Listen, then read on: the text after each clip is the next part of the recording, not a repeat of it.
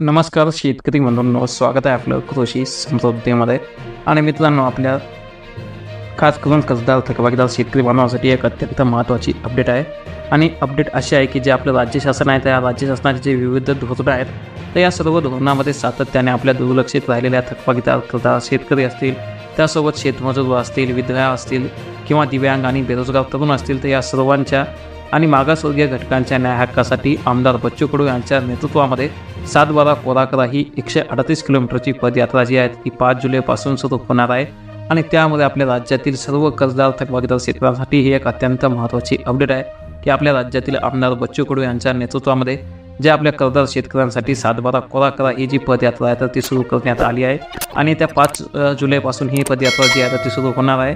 आणि जोपर्यंत जे सरकार आहे ते आपले सरकार शेतकऱ्यांना न्याय देणार नाही तोपर्यंत आपण स्वस्थ बसणार नसल्याचा इशारा यावेळी बच्चू कडू यांनी पत्रकार परिषदेमधून दिला आहे.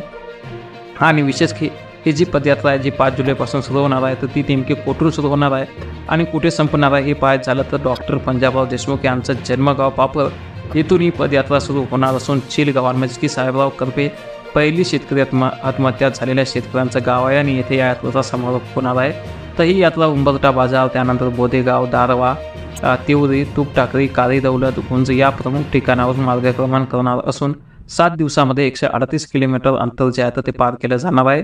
आणि ही यात्रा केवळ एका राजकीय व्यक्तीची नसून ती शेतकरी, कष्टकरी व जनतेच्या हक्कासाठीचे लोक चळवळ आहे. आणि महत्त्वाचा विषय की शेतकऱ्यांची जी सक्तीची कर्जवसुली सुरू आहे तर ही कर्जवसुली थांबवणे आणि तात्काळ कर्जमाफी लागू करणे या प्रमुख मागण्यांवर ही यात्रा जी आहे तर ती केंद्रित असणार आहे. आणि या यात्रेदरम्यान प्रत्येक ठिकाणी थांबवून सभा, संवाद आणि स्थानिक अडचणी समजून घेण्यासाठी थांबेसुद्धा घेतले जाणार आहेत. आणि त्यामध्ये विशिष्ट म्हणजे या मार्गामध्ये येणाऱ्या आपल्या सर्व कर्जदार थकबाकीदार शेतकऱ्यांपर्यंत हा व्हिडिओ ही अपडेट नक्की शेअर करा.